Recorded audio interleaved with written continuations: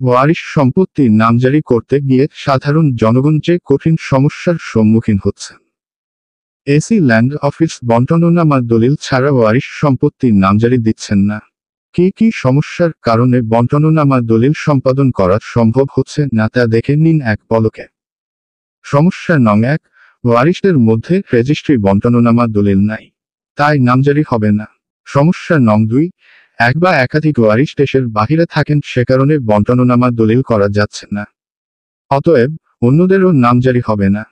সমস্যা নং 3, একাধিক ওয়ারিশদের মধ্যে একজন দাগে হিসানুসারে নামজারি চাইলে নামজারি হচ্ছে না, কারণ নির্দিষ্ট কোন দাগে দখল সেটা এসি ল্যান্ড অফিস নির্ধারণ করতে পারছেন না। সমস্যা নং 4, কোন একজন ওয়ারিশ কয়েকটি খতিয়ানের প্রাপ্য জমি, কিন্তু সে একটি নির্দিষ্ট খতিয়ান থেকে তার প্রাপ্য অংশ বিক্রি করে ফেলেছেন। এখন তার বন্টননামা দলিল করার সুযোগ নাই, অতএব অন্য ওয়ারিশরা নামজারি করতে পারছেন না। সমস্যা নং 5, দখল সূত্রে কোন ওয়ারিশ দামি জমিতে দখলে আছেন, অতএব সে এখন বন্টননামা করবেন না, এ কারণে অন্য ওয়ারিশরাও নামজারি করতে পারছেন না। এসব সমস্যার কারণে আদালতে বন্টন মামলা বেড়েই চলছে, অতএব মামলা মোকদ্দমা এড়িয়ে চলুন, নিজেদের সমস্যা নিজেরাই সমাধান করুন। বন্ধুরা, ভিডিওটি কেমন লেগেছে?